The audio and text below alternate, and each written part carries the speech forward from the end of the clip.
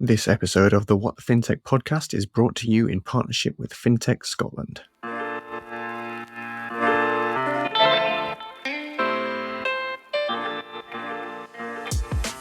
Hello and welcome to another brand new episode of What the FinTech, the podcast from the team behind FinTech Futures and the Banking Technology magazine. My name is Paul Hindle, editor at FinTech Futures, and for this episode we're joined by Nicola Anderson, CEO of FinTech Scotland. Nicola, welcome to the show. Hi, thanks very much for having me, Paul. Excellent. It was great to have you on the show this week. Just to get started, we'd like to quickly let us know a bit more about yourself then and the work you're doing at FinTech Scotland. Sure. So I'm the Chief Exec at FinTech Scotland. FinTech Scotland is a cluster management organisation, Paul. So we're here to help Scotland and the UK. I recognise the economic contribution that FinTech innovation can give. And we do that in a number of different ways. Primarily, we're here to support the FinTech community that we have in Scotland. There are 220 of those FinTech businesses within that community at the moment across that startup, scale up, and beyond stage of business. So that gives us lots to focus on. And in addition, then we think about the broader opportunity that FinTech presents for the financial services sector and financial services industry. And that takes our work to engage with the large financial institutions, the academic communities here in Scotland, universities, etc., and then policymakers and others. So we can really think about that broad, inclusive contribution that we need to make sure that we are all listening to the opportunity that FinTech presents for Scotland and the UK. That sounds great. And thanks again so much for taking the time out to speak with me today. On the show this week, we'll be taking a deeper dive into the growing fintech scene in Scotland, as you mentioned there, including some of the key trends in the country at the moment and some of the areas and companies that are seeing the most traction. And we'll also learn how FinTech Scotland is pushing to make the country one of the top 5 fintech hubs in the world and its plans for achieving that goal. That's all to come a bit later, but as always, to get us started is our news and numbers segment. So this is where our guest has gone out and found a news story featuring an interesting number to discuss. So, Nicola, what have you brought along for us today? So, Paul, I've brought the number 10 to the podcast today, particularly because I think it's an important number for us. It's an important number for us at FinTech Scotland because we are a FinTech cluster. And so that number 10 in terms of clusters across the UK was recognised in the Khalifa Review. And it really strikes a chord with us about the importance of that connectivity across the UK and the opportunity that clusters present. So that number 10 is valuable in that way. The second reason that number 10 is important to us is that as we think about the future, and perhaps coming on to some of the questions that you're going to ask me later, we have cast our eye 10 years to the future and asked our communities and cluster, what will financial services look like in 10 years' time and what do we need to do to get there? And we've published that in a research and innovation roadmap. So that 10-year research and innovation roadmap for FinTech is an important tool for us as we think about our work. And then finally, we're about to come on to celebrate the FinTech Scotland Festival, which kicks off in September. And it starts on the 21st of September with the 10th FinTech Summit and the 10th annual FinTech Summit. So again, another really important reminder for us this year about how important that number 10 is. And it just felt like a great number and great stories to put on the table as we have our conversation today. Sounds great. There's a fair bit to unpack there. I think we can start off with the FinTech Festival, actually, you just mentioned coming September. Can you tell us a little bit more about what to expect from that and some of the highlights from this year's show? Yeah, absolutely. So this is a celebration of fintech innovation in Scotland and indeed then inviting that contribution across the UK and internationally. So it kicks off on the 21st with the FinTech Summit. And we will be talking about all things connected to fintech and AI, connected to fintech and payments, and connected to fintech and climate agenda, and connected to fintech and financial regulation. So you can expect to see topics and events right across the 3-week period that is the festival are related to all of that. Some of the highlights for me include some of the international delegations that are coming across. And as I mentioned, really starting as we mean to go on with the FinTech Summit on the 21st, which convenes the industry and brings us all together to talk about the opportunity for the future. Excellent. So I guess second point there would be that 10-year roadmap then.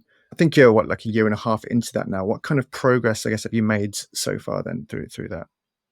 So it was an ambitious plan, and we're really pleased with progress. We have seen an increase in the number of fintech entrepreneurs as we think about climate. So actually, let me take a step back because possibly to tell you a little bit more about that roadmap and that plan. So that plan talks about four really important themes for us as we think about innovation and the future opportunities that fintech presents. And those range across open finance, climate finance, payments and transactions, and financial regulation. And as we've set a course along those four topics, we've really started to see increase in numbers in fintech entrepreneurship against each of those chapters, if you like. So coming back to the point that I'd started with, getting ahead of myself perhaps a little, in the climate finance chapter, we're already seeing a significant number of increased fintech businesses focused on that agenda and helping to really build propositions that will serve us well as we move towards that net zero climate agenda that we're striving for.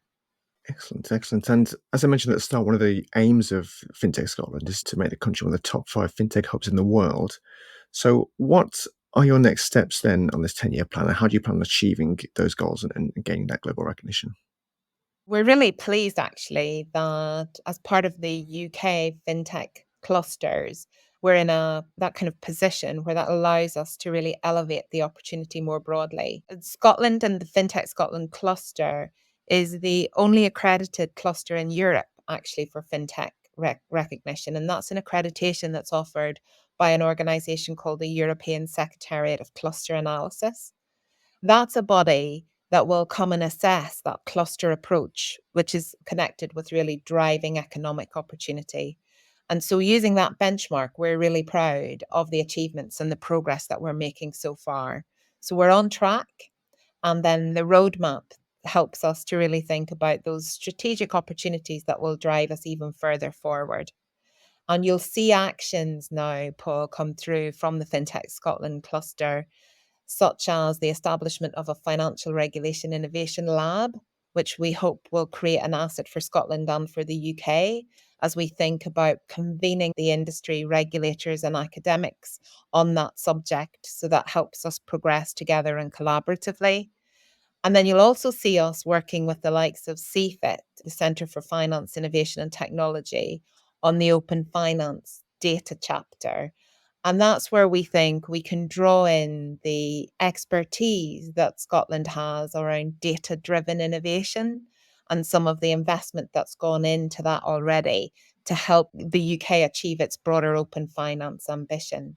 So, those are a number of different ways where we think we can really elevate the opportunity here in Scotland to serve the broader UK opportunity, and that then those practical actions help us draw on our strengths and expertise to drive forward change.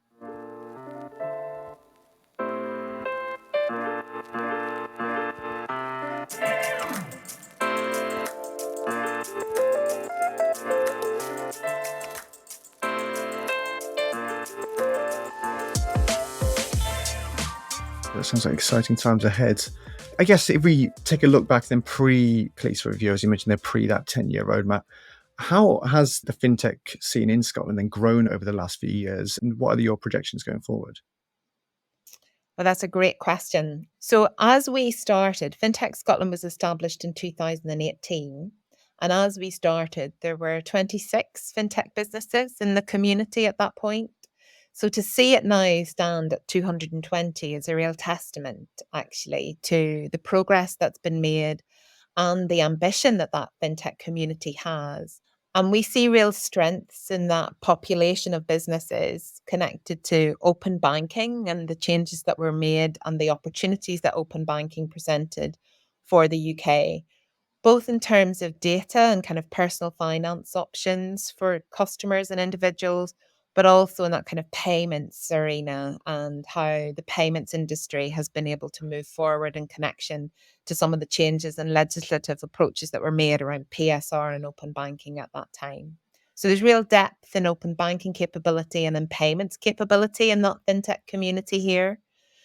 There's also real depth in reg tech things ranging all the way through from reg reporting to KYC to AML, to also just now starting to think about new regulations that are coming in. How do we meet consumer duty obligations?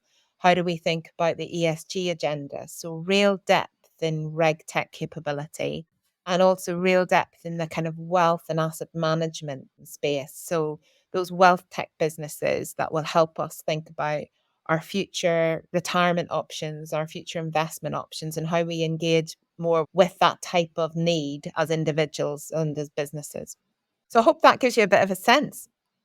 No, definitely, definitely. And obviously between 2018, 2021, a huge amount of buzz in fintech, huge amount of funding going in.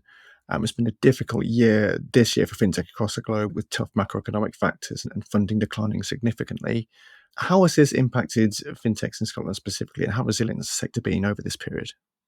Yeah, absolutely. I think unanimously across the world, as you've said, we've seen a tougher investment market for sure. We were confident actually. Last year, we saw significant investment coming into fintech in Scotland, around 300% increase in the year before, which really served those businesses well. So many of those fintechs who were raising at the time actually had good timing, if you like, in that regard. So we've saw that kind of confidence in the community here in Scotland through investment last year.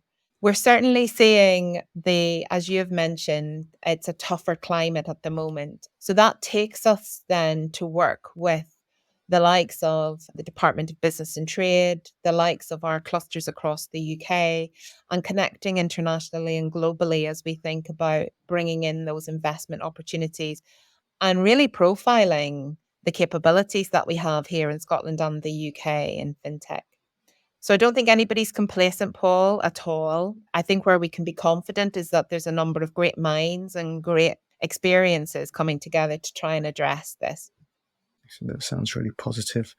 What would you say then are some of the key benefits of setting up shop in Scotland then? And what are the key points you'd make to any fintech founders looking to set up in the country?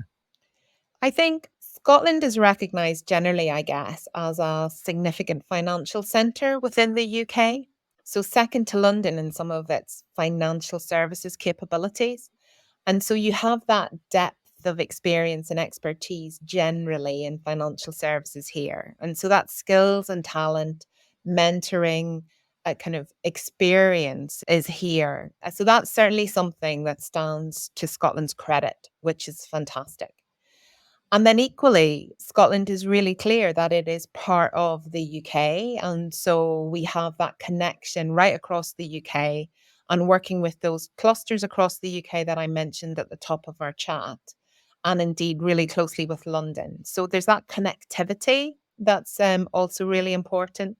And then as we think about the specific capabilities in Scotland, we know here, and our work at FinTech Scotland connects us with the universities and the technology capabilities here, the innovation and the innovation landscape that's available here, the ranging from accelerator programs all the way through. And indeed, not just in FinTech, but innovation across the sectors. So we can learn from how innovation might work in another area and take that into the world of financial services. So there's the connectivity within Scotland, there's the connectivity across the UK, and then there's the depth of experience in financial services and that heritage in financial services that all serves us well as we think about the opportunity here. Excellent. We touched on a couple of these earlier, but what would you say are some of the biggest trends then in the fintech scene then in Scotland, and which areas are seeing the most traction? Oh, we did touch on that earlier. So, as I said, open banking, payments, reg tech, wealth tech, all really developing. Where there are some exciting trends, then, if you like, is connected to those chapters of the research and innovation roadmap. And let me focus then on climate, on the climate space. So, we have seen an uptick in technology based businesses that know they have a role to play focused on the climate agenda and can play a role in helping financial services and fintech address the climate issues. So there's some really interesting businesses like Snug focused on the housing market and really helping homeowners like you and I and others understand their responsibilities and indeed an action plan that they could take to help make sure that they are addressing the emissions that come through their home. Those types of things I think are important because it makes it real for people. And 20% of our emissions from the UK come from housing stock. So those types of fintech innovations that help us address that are really important. And we're seeing that trend here come through where there's those practical problems that people face that innovators are then building propositions to solve in the climate agenda.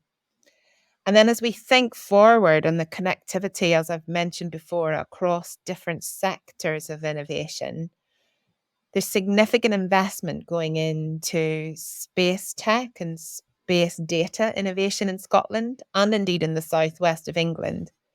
And through that, we know that there will be more opportunities as we connect the data and the Earth observational capability and how we apply that into the financial services sector through fintech innovation that will help us even address the climate agenda too. So I think there's some really interesting trends in that climate agenda space, Paul. That sounds great. I mean, off the back of that as well, I mean, you mentioned Snug there, but is there any other companies in particular that are really making an impact, you think, in the space at the moment? So connecting space and fintech, there's a really interesting business called Trade in Space that's helping organizations understand the supply chain and the emissions along the supply chain, which is fantastic and interesting to see. There's another really interesting one called Ecometrica, which is helping larger institutions really understand their reporting responsibilities and getting data and insights that make that accurate.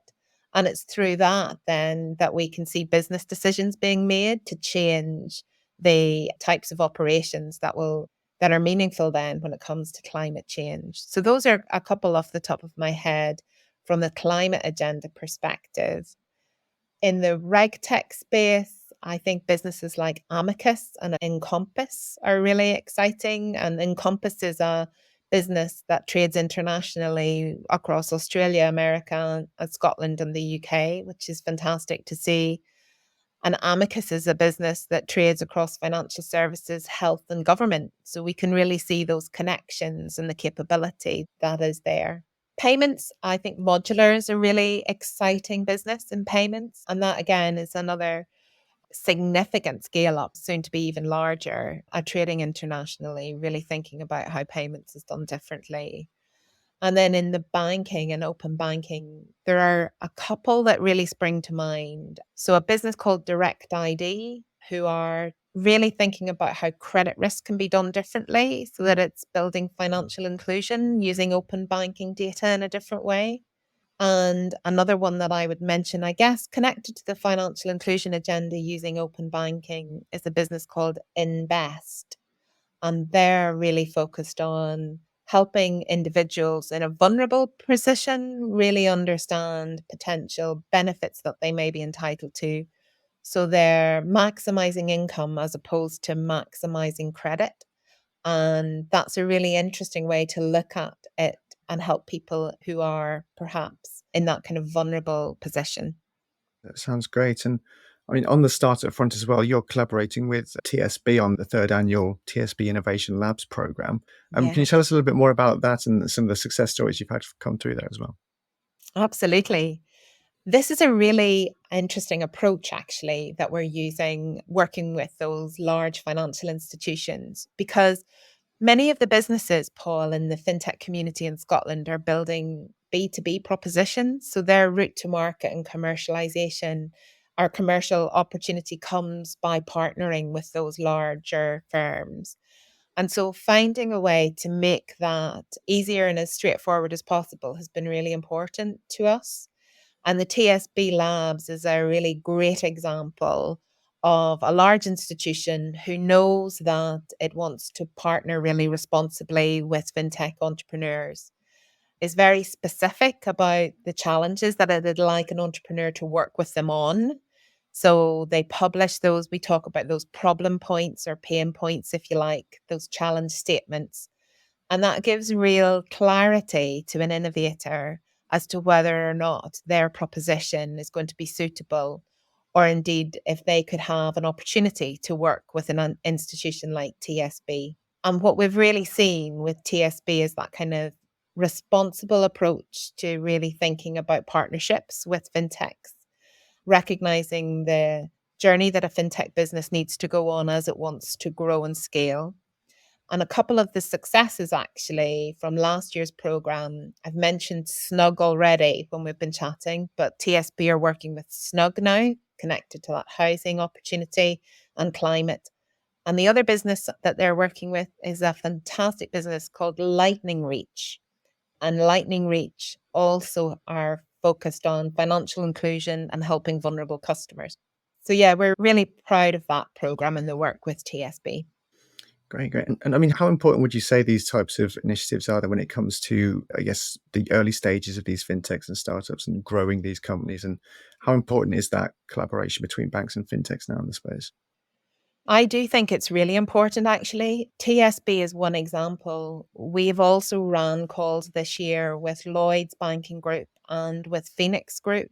And what we've seen through those experiences is that those large institutions are really thinking very carefully now about how they can responsibly partner with a smaller business and also being really honest about what they can and can't do. And I think actually that honesty is just really vital at those early conversations with smaller entrepreneurs who are hoping that their business can really accelerate through a partnership with a large organization.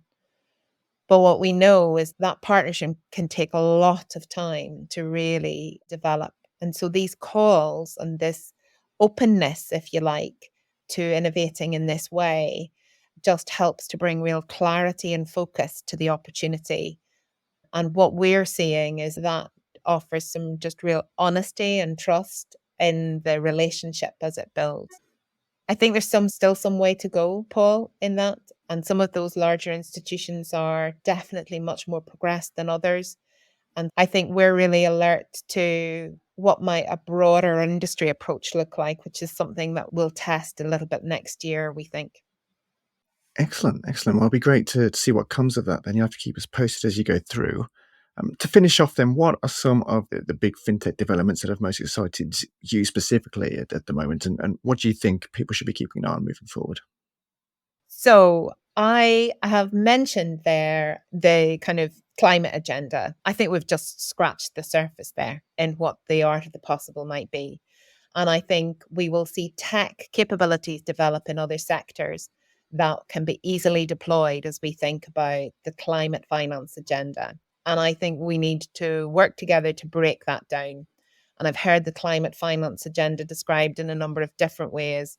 And I think there's work for us to do across the ecosystem that is the UK and FinTech to come together to really think about that. But nonetheless, I think that's a really exciting opportunity for us.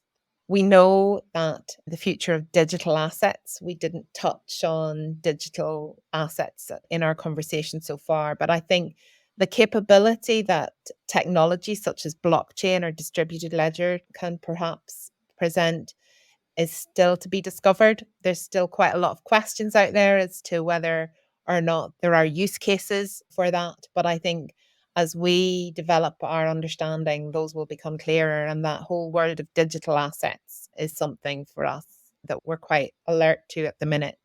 And then that kind of takes us on to that kind of whole world of payments and, if you like, value exchange.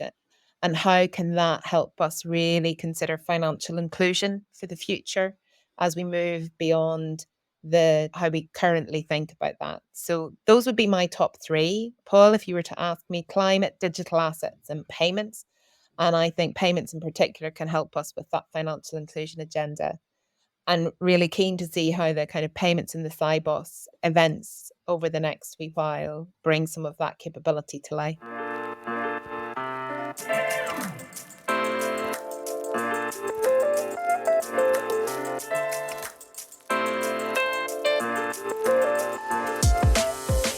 Thank you so much again for taking the time out to speak with me, Nicola. To close out our podcast, we have our now infamous FinTech jail. So this is where we ask for an industry term, buzzword, or trend that you've seen or heard enough of and cast it away. What's your selection for this week? So this is such an interesting question, isn't it? And a really difficult one. And I've listened to some of your podcasts and saw some of those words that are put already in jail. So, Paul, I'm going to put the word collaboration on the table, if I may, which may be somewhat controversial. Actually, I've just talked all the way through our podcast and our time about the importance of connection and collaboration across the UK. But I'm putting it on the table for consideration simply because I don't want it to become a word that becomes overused. And I'd really like us to be thinking about the spirit of collaboration, which is all about intent and action. And we have to really think about the action that will drive the outcomes that the collaboration is there to achieve.